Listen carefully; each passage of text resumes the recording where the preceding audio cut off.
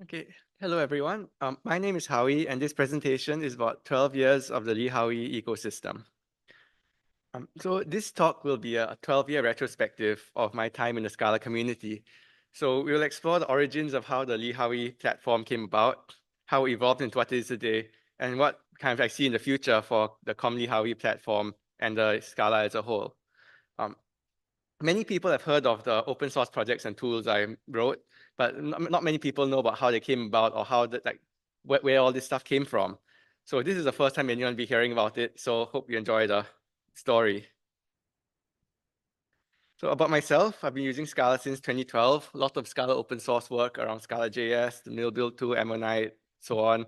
I worked at Databricks for about 7 years on the developer tools developer platform team, and I'm author of the book Hands-on Scala Programming.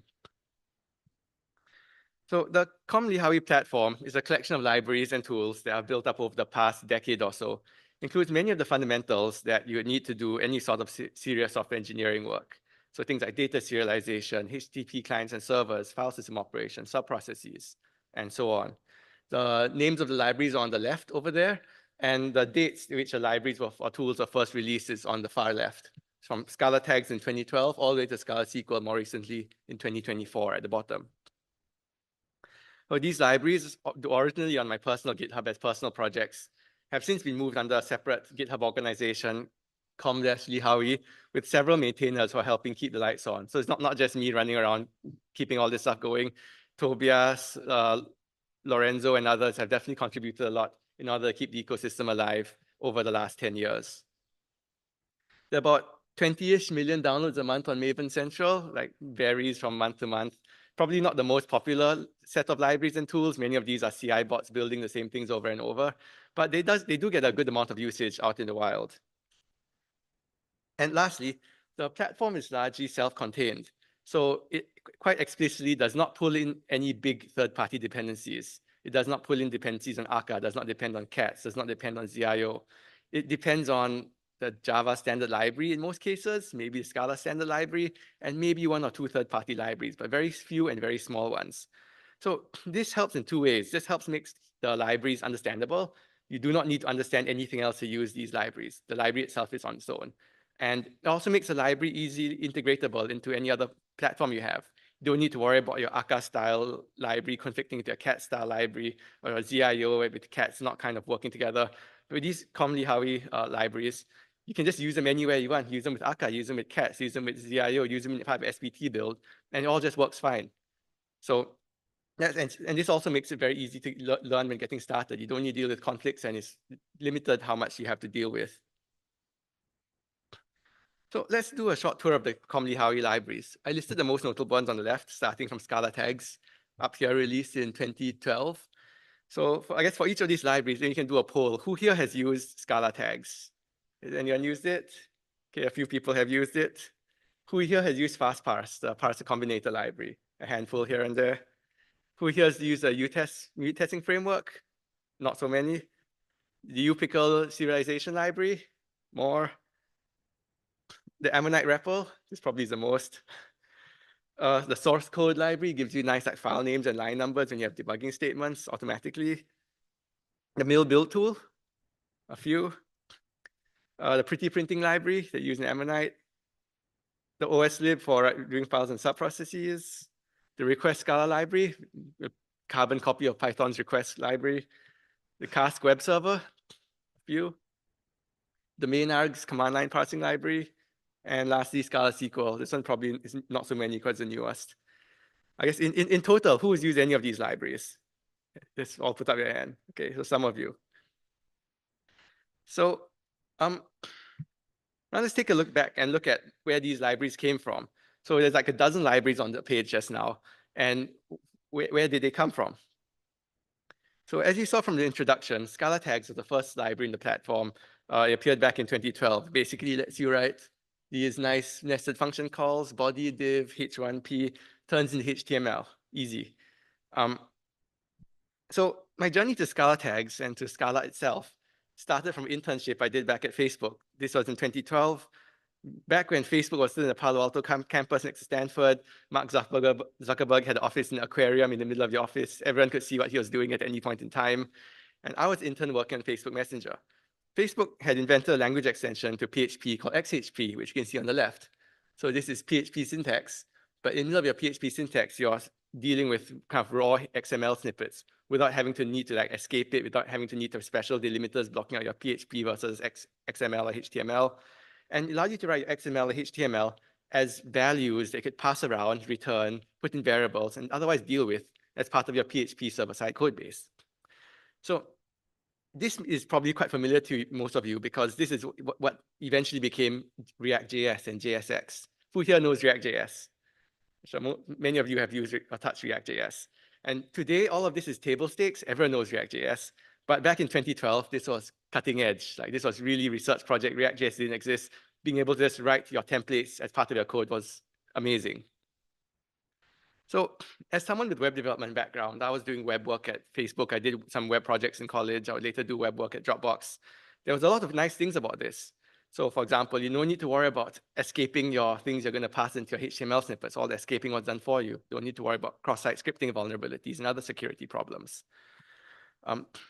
You don't have your templating languages like poorly reinventing all your programming language constructs, like your templating language if statement different from your Python or PHP if statement, your templating language for loop different from your Python or PHP for loop, and so on.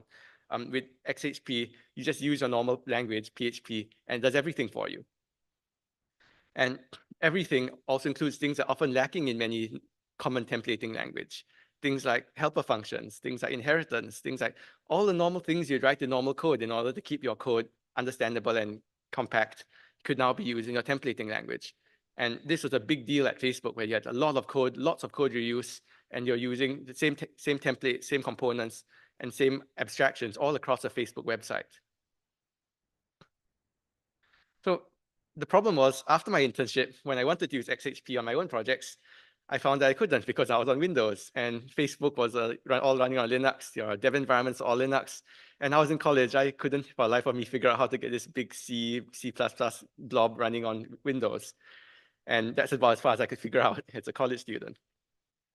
So what I did have as a college student was a lot of energy. You're young, you're motivated, you want to change the world. So I went to re-implement XHP. And I did it multiple times. And every time I did it, I kept hitting problems with the platform I was re-implementing it in. So over and over and over and over, I literally ended up re-implementing XHP 6 times. From Python, PHP, Python, Java, C#, F#, and eventually Scala. Most of the early implementations of XHP have since been lost. This was before Git was popular, and this was before I had version control, so many of them have just disappeared on old laptops. But the last version, which was Scala, is now what ended up becoming Scala tags, and it remains in use even now in 2024. So the issues I had re-implementing XHP kind of reflect the languages as a whole, right? Like PHP is kind of flaky and semi-broken all the time. That's PHP. You have Python, it's great, but it's kind of slow. You have Java and C#, which are verbose, and F# is great functional language, but also kind of weird in its own ways. So none of them end up sticking, but I end up sticking with Scala. Well, here are some of the parts of the Scala language that made me stick around. One, performance was good. So on the right, you can see the Scala tags like benchmark, and it's really fast. It's much like orders of magnitude faster than like, for example, the old Mustache or Jade templates that people used to use, where Mustache would render 500K times, Scala tags would render 7 million times in the same amount of time, like 15x faster. So it's not quite as fast as Java maybe, and definitely not as fast as C or C++, but it's really good, especially compared to things like Python, PHP, Ruby, and so on. Like my old Python version of Scala tags would take 100 milliseconds, 200 milliseconds to render something. The Scala version would take like 2 or 3 milliseconds. And this speed is not just for its own sake, but it makes a whole bunch of complexity just vanish. You don't need to cache things anymore. You don't need to deal with parallelism. You don't need to do micro-optimizations to make your code run faster. It's already fast enough. And this makes things so much simpler than having to deal with a multi-layered, nested Russian doll cached, micro-optimized Python code base. Two, the language was concise. Being able to write like case class foo I is an int versus public class foo int I, this I equals I, public int get I, return I. Having to do all this in Java was a huge pain in the neck. Especially, this was back in 2012. This was before Java had records, like it really appeared in 2022, 10 years later. And so despite being compiled and fast, Scala was just as concise as scripting languages like Python. Great. Functional programming I thought was really great. So being able to say, take my accounts, filter the accounts which are open, get the amount of money in them or whatever, sum it up. This is something that in Java and C Sharp, before LINQ and before Java Streams, you're writing all sorts of for loops, mutable variables, accumulators, all sorts of kind of narrowly error-prone code, kind of verbose, simple but verbose and easy to get wrong. And in Scala, I found I could just write the thing that I have in my head. Like you tell people, take the accounts, give me the open accounts, give me the sum of all the amounts. You don't tell people, when you talk to people, you don't say for loops and incremental variables and all that. You just tell them what you want, which looks much closer to this. You have good ID support. So IntelliJ for Scala has never been great, but it's always been pretty good. Even in 2012, it was much less great than it is today. It was already pretty good. And it's, for some reason, much better than Visual Studio was for F#, despite them being in the same company. And was definitely better in IntelliJ or any IDE was for dynamic languages like Python or PHP. Not because those IDEs are not good, but because statically analyzing dynamic languages is very hard. Lastly, it's a very regular language. So on the right, I compare it with F#, which is another functional hybrid language I otherwise like. And you can see how much custom syntax F# has that ends up just being method calls in Scala. So F# has custom array syntax, custom copy constructor syntax, custom list constructor, custom array constructors, custom collection, slicing. And you have two different ways of calling functions because of its hybrid nature. And Scala is also hybrid, but Scala only has one way of calling functions. That's kind of nice. And the same function call method syntax applies to everything else as well. And so some people complain about Scala syntax, but I think personally it's okay. It's not perfect, but it's fine. And definitely better than many other languages like F# I have here. So this was in 2012 with Scala 2.9, but Scala was already feeling really good to me. And there were some issues, but I ended up building a bunch of websites, side projects. I wrote my own JVM at one point. It wasn't very good. It was really slow and not complete, but it worked. And it was fun, but not everything was quite so nice. So although the Scala language felt great, even in 2012, the platform was a total mess. So here are some memories of the time learning Scala in 2012. In 2012, I was trying to make a website that had return JSON. Easy enough, right? Make a website, define endpoint, return JSON. In Python, with Flask or something, it's like one line of code. And here I was going through the docs of the Clay JSON library, and this is what it told me. It's like, okay, I want to serialize JSON, and after I create buzzword JSON coast-to-coast design, let's call it JSON inception, case class inspection, code injection, code compile time inception. And here I remember as a college student, like, how does this help me serialize my JSON return from my HTTP endpoints? Like, my client needs JSON, I have some JavaScript that's calling in, passes the JSON, and this does not help me serialize my JSON. So the documentation at the time was much worse than it was today, and it was very hard to get anything done. The abstractions at the time were often way too over-engineered. Like, you want to use WebSockets in the Play framework, common JSON web framework, and you get these iteratees, enumerators, enumeratees. Iteratees, I mean, there's something Wikipedia. Enumerators do not mean what you think enumerators mean. They mean something totally different. And enumeratees are something that even if you Google them, Google thinks you're wrong. It's like, what on earth is this thing? That's Google telling you, like, I don't know what this is. Like, please help. So as a bright young college student, I managed to get something working, but there's like zero chance I could understand what's going on here. It's way too abstracted and overcomplicated. You had like performance pitfalls, like your parser combinators, which they look really nice. Like you define your grammar, you have sub grammars or whatever within them, rules. You have maybe some regexes. There's a bit of syntax here. It's a bit weird, like the double hats or like the tildes, but you can just skim over them. It's not so bad.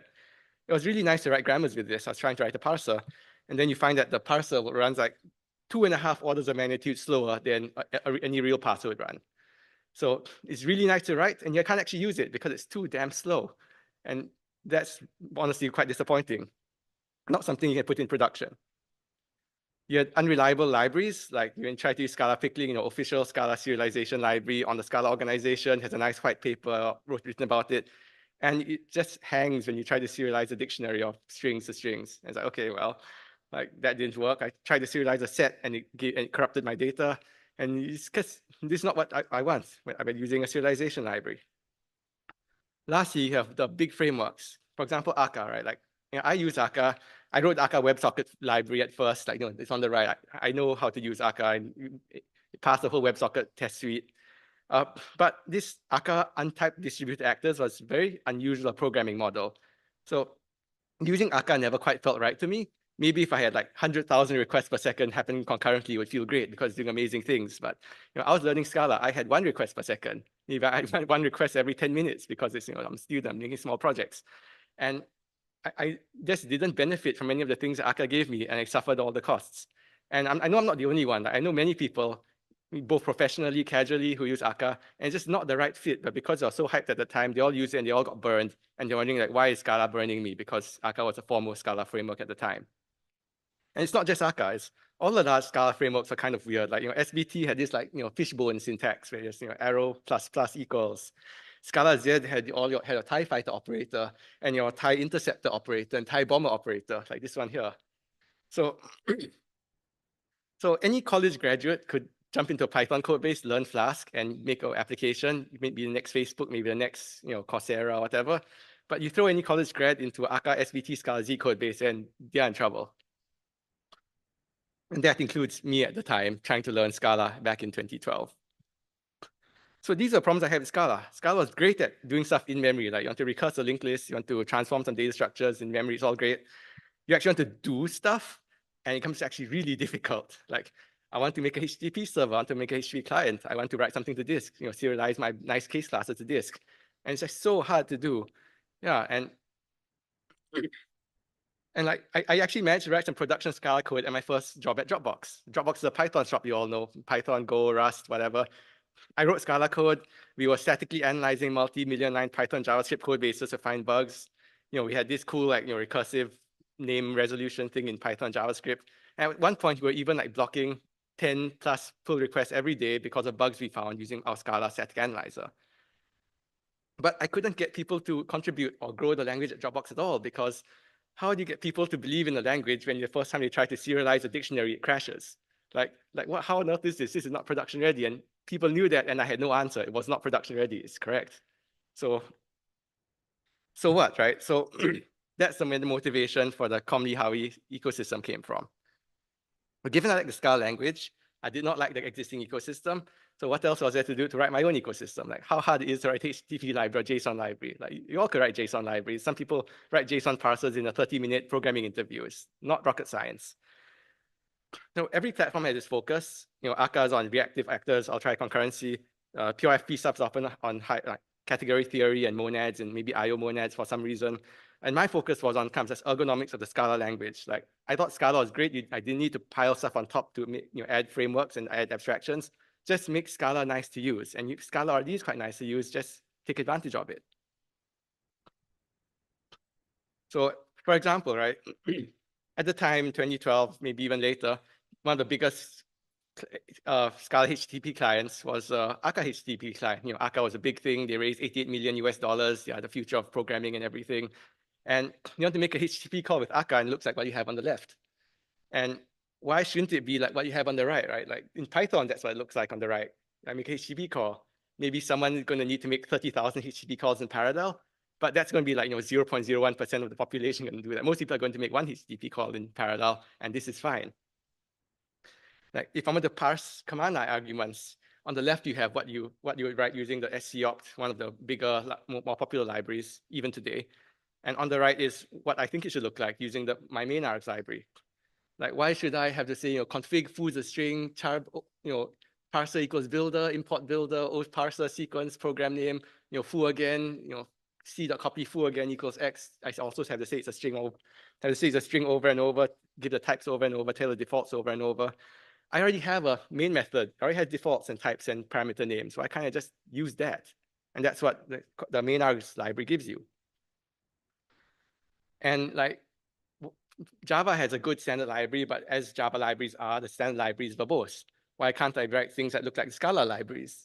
Short, concise, basically it means exactly the same thing. It's just so much easier to write and so much easier to read.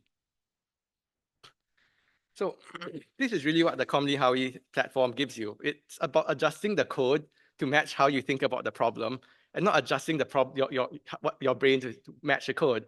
You talk about Akka, talk about Scala Z or now ZIO, talk about cats and type level stuff. People often think, yeah, if you train, you'll understand it. Just spend 3 months onboarding and it's fine. And it's okay, well, with these libraries, you don't need to train. You don't need 3 months onboarding. You don't need to even read documentation. You look at request.get, you already know what that means. And you can even write it yourself and you'll probably get it correct. You can probably guess all the name parameters that request.get takes. You can pass in data, headers, whatever. You already know how that stuff works. And it's not just about simplicity of the libraries as like one-liners, but even when you combine them, like when you make a GET request, you write to a file. Well, how do you make a GET request and write the result to a file? It's like that, okay? That's easy enough. What if you want to stream it? Well, you call .stream and there's it streams it to a file. Very common use case, and it's very short code. What if you wanted to pipe it through a sub-process and then stream it to a file? So you're streaming two ways, right? Streaming from HTTP, streaming through a third-party sub-process. In this case, I use gzip, could be anything, and then stream it to a file after that. It's not too hard. It's easy. And this isn't rocket science, but again, think about how it would be using other Scala libraries or even using a JavaSand library. You have input streams, output streams, byte buffers, byte arrays, which are serving as buffers, while loops, while checking the input stream, whether it's returning -1 or 0 or whatever. And it's very easy to get wrong. And with common Li Haoyi libraries, it's very hard to get wrong. It's kind of just snaps together. So like on the left is a final code from the previous slide, and on the right is a code written without common Li Haoyi libraries using Akka HTTP client, Java Lang process builder, and Java NIO file. And this isn't even a full picture because the code on the right doesn't actually implement streaming. It kind of just aggregates all and passes it from in memory as a big blob from process to process. So it should be obvious that although these OS write, OS proc, request or get, they're just helper methods. At some point, the convenience of the helper methods results in a qualitative change of how you work with the code. How easy you can reason about the code, how easy you can spot bugs in the code. Like, let's say I make a typo on the left, that's like 4 lines, it's easy to spot. Let's say I make a typo on the right, it's 50 lines of very gnarly stuff, very easy to get wrong and not notice. And of course, you can write your own helper methods, and that's another problem, right? Like everyone here has seen a file full of util.scala with a whole bunch of junk inside. There's no unit tests and poor documentation and poorly designed APIs. So that doesn't help either. So with the common Li Haoyi libraries, the different APIs just kind of snap together, and you just focus on your own business logic, how you want to combine things and do things that's special. And you don't need to carefully thread it through reams of boilerplate, even in Scala. Like people complain about Scala verbosity, Java verbosity, but you look at this Scala code here, it's not that much more simple. And sure, sometimes you may need to deal with the active system yourself and control how many parallel requests you get and all that, how you want to shuffle bytes back and forth. But 99% of the time, that's all unnecessary. And the common Li Haoyi frame platform makes it really easy for that 99% use case. And it's not just one line as it snap together. So even at the level of libraries and tools, the projects snap together as well. You want to build a system, you have mil and OSLib. You want to make an API server? Well, you have Cask, uPickle, Scala SQL, bang, API server. You want to make a CLI tool? You take main args, OSLib, you have a CLI tool. Shell out to other CLI tools, read and write files, and so on. Easy. You want to make a static site generator? Incremental, parallel, and all that. Use mil, OSLib, Scala tags, bang, static site generator. That's how my blog works. And the nice thing is that instead of having to troll through large numbers of third-party libraries, you have a small number of libraries that combine in a bunch of different ways. So it's the same Scala tags used in all these cases, the same uPickle, OSLib used in all these cases. Just by combining them in different ways, you can do so many interesting things. So that's how the common Li Haoyi platform came about, from its kind of origins to implementation. And let's see where things stand today. So Scala is a lot more mature in 2024 than it was in 2012. On the right, you can see this is a compile times of a popular library, better files.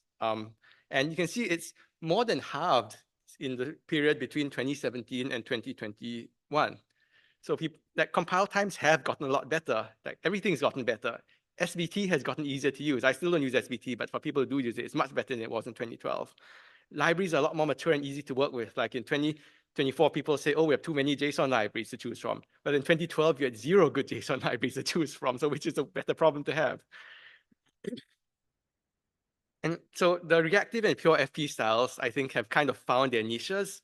So the reactive async mania, I think, has largely burned out. Like Akka has turned out not to be the future of all programming everywhere.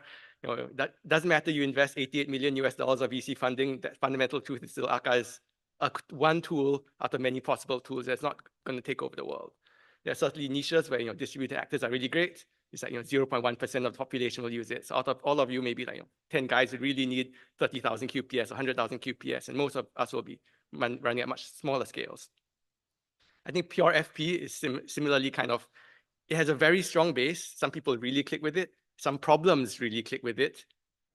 Some things are really good for I/O monads and stuff, but I don't think it's going to take over the world.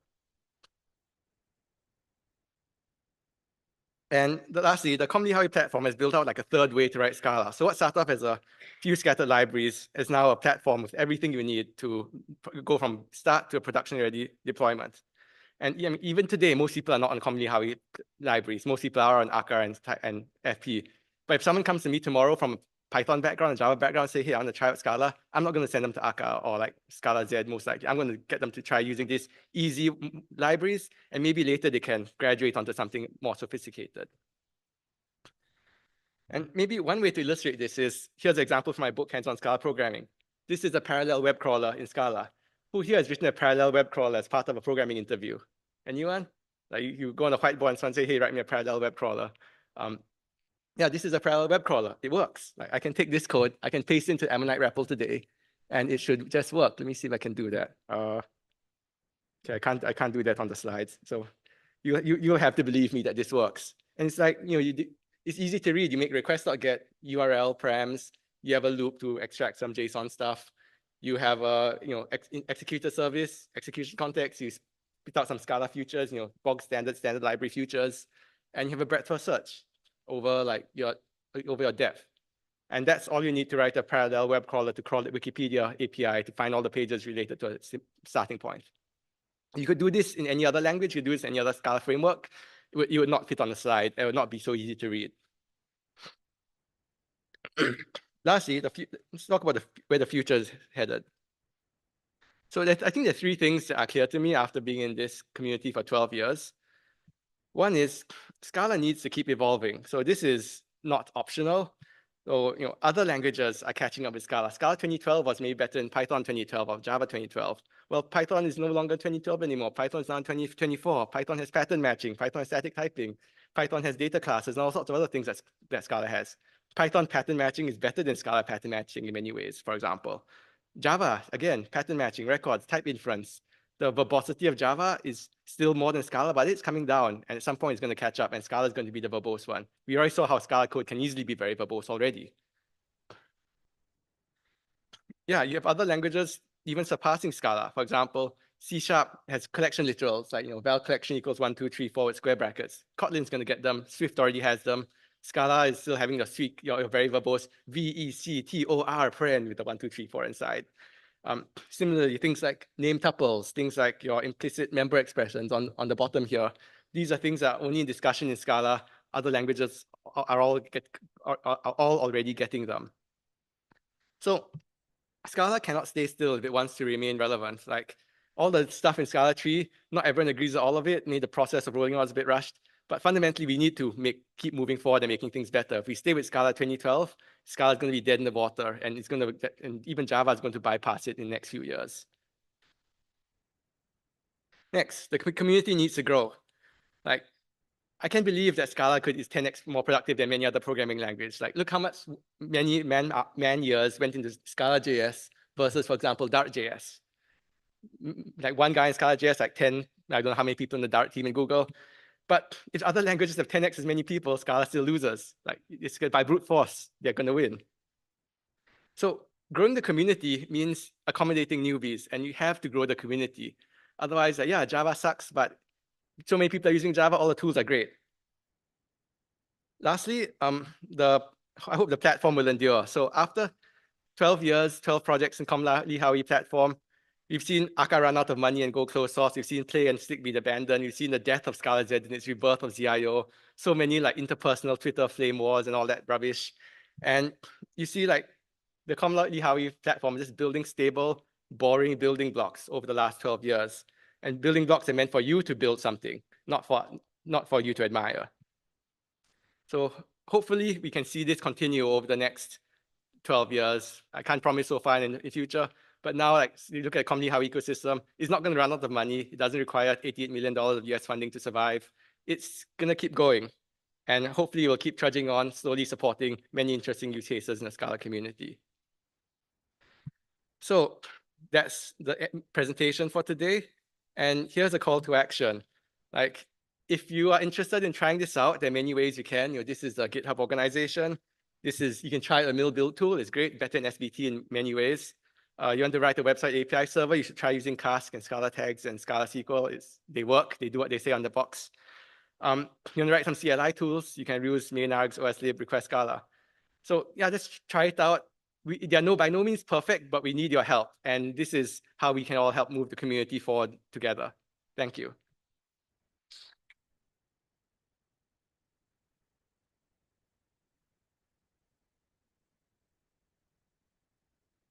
リハオイさん。リハオイさん、セッションありがとうございました。それでは質疑応答に移りたいと思います。何か質問したい方いらっしゃいましたら、挙手をお願いします。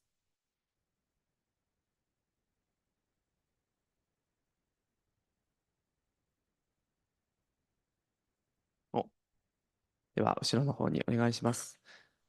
同時通訳のため、マイクを受け取ってからお話しください。Yes.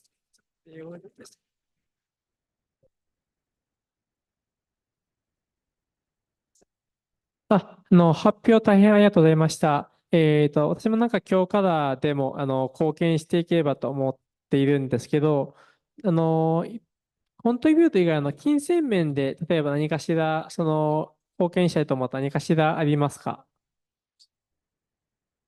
Repeat the question in English. So his question is about. Should I use Use the mic, and everyone else can hear.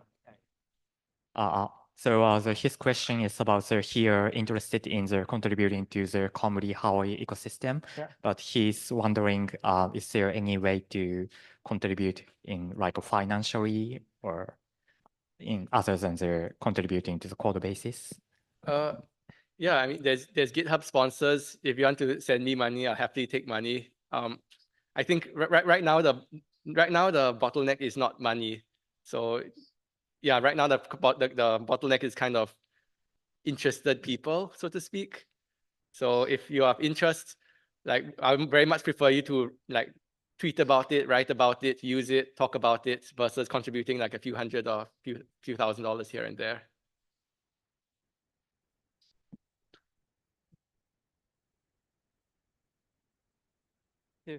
ありがとうございました。できるだけいろいろ布教していこうと思います。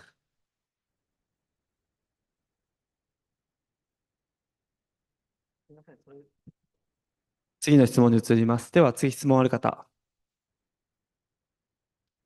では、中央の方お願いします。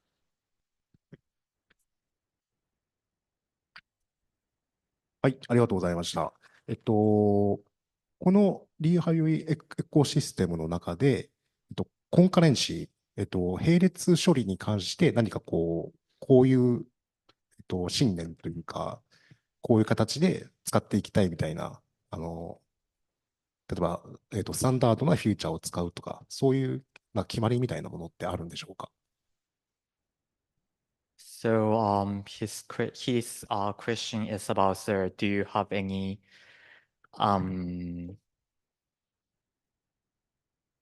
design or な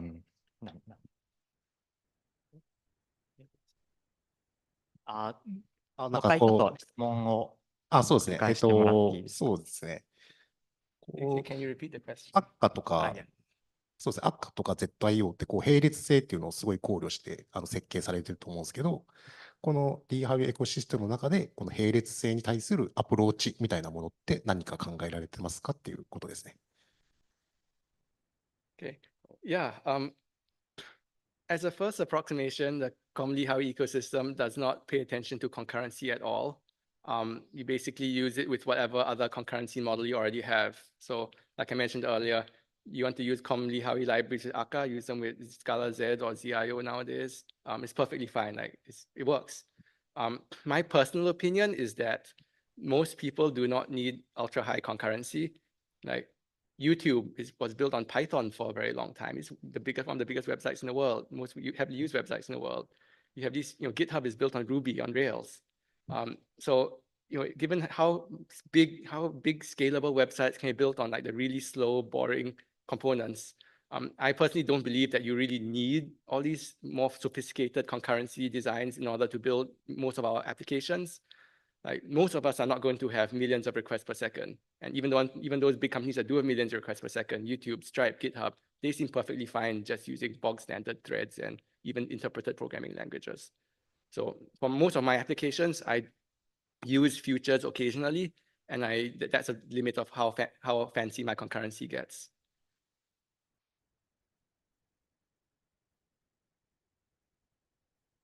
はい、どうも。よくわかりました。ありがとうございます。他に質問ある方いらっしゃいますでしょ Any other questions? うか。では前の。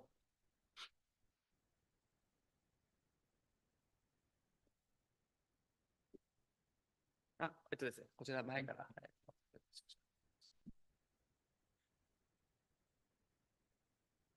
ありがとうございました。もしあればなんですけれど、このレハウリのライブラリ群を作るにあたって、他の言語とかでインスパイアされたライブラリなんかがあったら教えてください。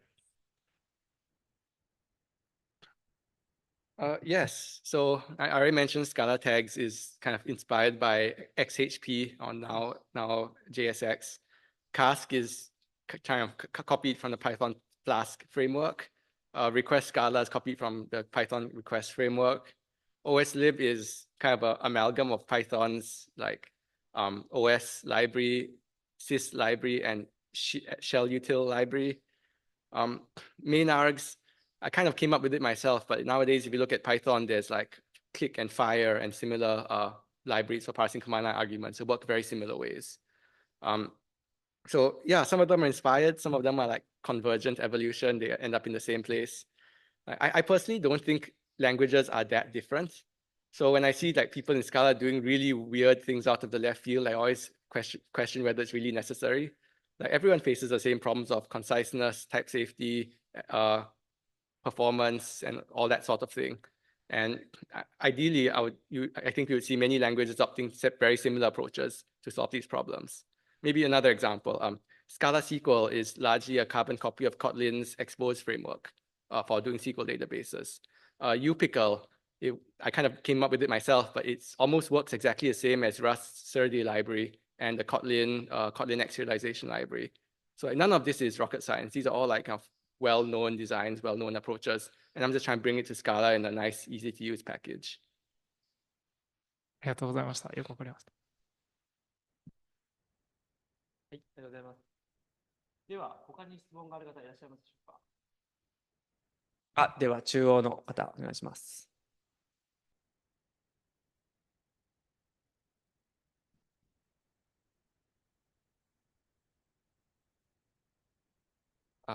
Thank you very much for the talk. It was very interesting.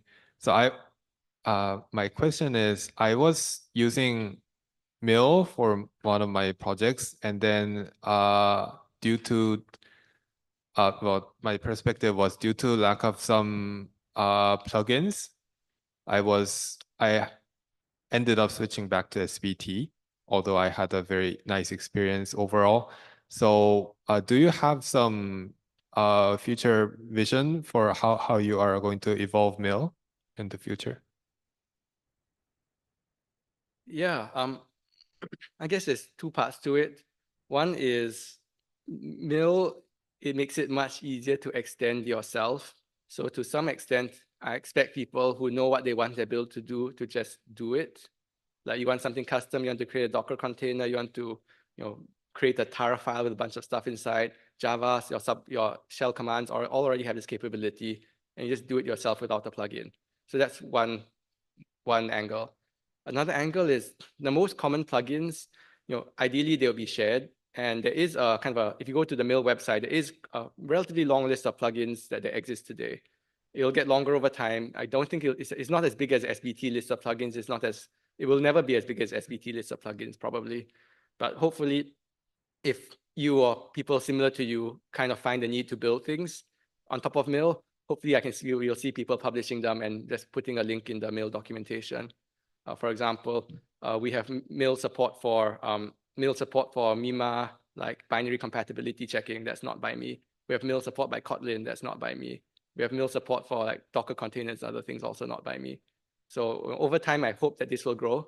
But I don't think that we'll go the SPT route of having like a whole bunch of plugins just to do basic things, because I think most basic things you can just do yourself in Mill and it's not too difficult. All right, thank you very much. はい、ありがとうございます。それでは、質問あります。じゃあ最後にしましょうか。質問ある方。大丈夫です。Thank you. It was a great presentation, and I liked how to see how things involved. I'm Ivar from the Norwegian government, student admission, and my question is, if Scala tags had been attempted on Kotlin, why would you still have rejected it in favor of Scala? I don't know. Yeah, back in 2012, Kotlin, Swift, other languages were nowhere near as advanced. So it's quite possible that if Kotlin was, if Kotlin 2024 existed in Kotlin in 2012, it would be a superior language to Scala 2012. But it didn't, so it's quite hard to argue the hypothetical. One thing I will say is that Kotlin 2024 is moving forward very quickly. So it is quite plausible that if a Scala community and a Scala language does not keep up, it will be more reasonable to choose Kotlin in 2026, 2028. So we need to keep the Scala community moving.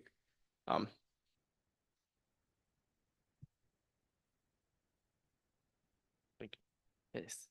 では、最後に後ろの方でお願いします。Thank you very much for the talk.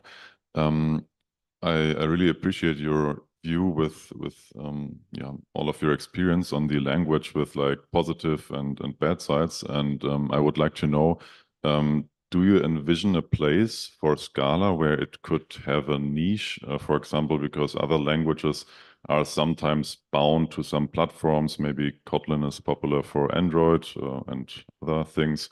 Rust is very popular for conciseness and also yeah, low-level code, let's say, and very performant code.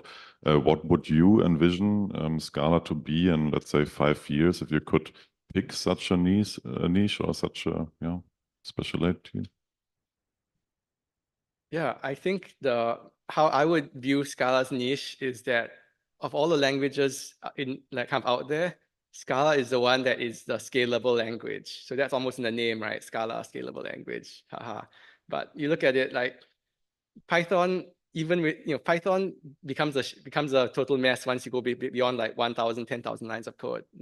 Modern Python with static type checking helps moderately, but I think most people who've tried it would agree that Python with static type checking is a much inferior experience to Java or any other built-in static type language. Similarly, look at languages like Java or Kotlin. They have traditionally been extremely verbose, and Kotlin less than Java, but still more so than Scala. These languages are both obviously also trying to get into the smaller scale programs. Java has a REPL now. Java has, you don't need to write public static void main string array args in order to make a Java program anymore. But even so, the whole Java ecosystem is not built around small programs. You have a REPL, but every single command you write is like a 10-line builder pattern blob of code. Right? That doesn't make your REPL very useful.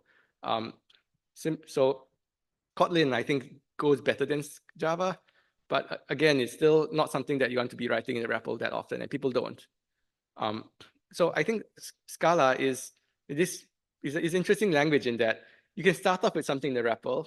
That REPL can turn to a script. That script can turn to a small project. That small project can turn to a big project. And before you know it, you have like a million-line code base in Scala, and it's actually okay. Like it compiles a bit slowly, but there's incremental compilation to help. You can modularize it. Tools like Mill or SPT or Bazel can parallelize parts of it. And Scala actually lets you start off something and never rewrite it in a separate language. Like think about how many projects start in Python get ported to Ruby. Sorry, get ported to Java. How many Python projects that start in Ruby and get ported to Java or Go or something? Or how many projects like start off in Java and are really successful right off the small code base? Not very many. Most Java projects are big projects. So Scala is kind of lets you bridge that gap. You can write Scala for your first line, write Scala for first 10 lines, 100 lines, 1,000 lines, 100,000 lines, million lines, 10 million lines of Scala is something that is actually very unique to a Scala language and not something that I think other languages have.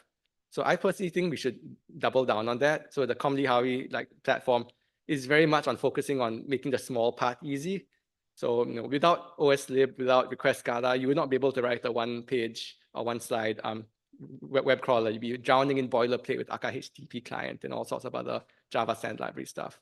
And the common Li Haoyi libraries, I would say they are good up to about maybe like 100,000 lines, million lines of code.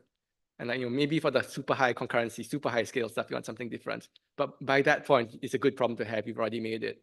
And that's what I hope Scala can provide, like this smooth on-ramp for you to build a project and have the language scale with your project all the way through from inception to production and maybe even IPO. Thank you. はい、以上をもちまして本セッションを終わろうかと思います。改めてリー・ハオリさん、セッションありがとうございました。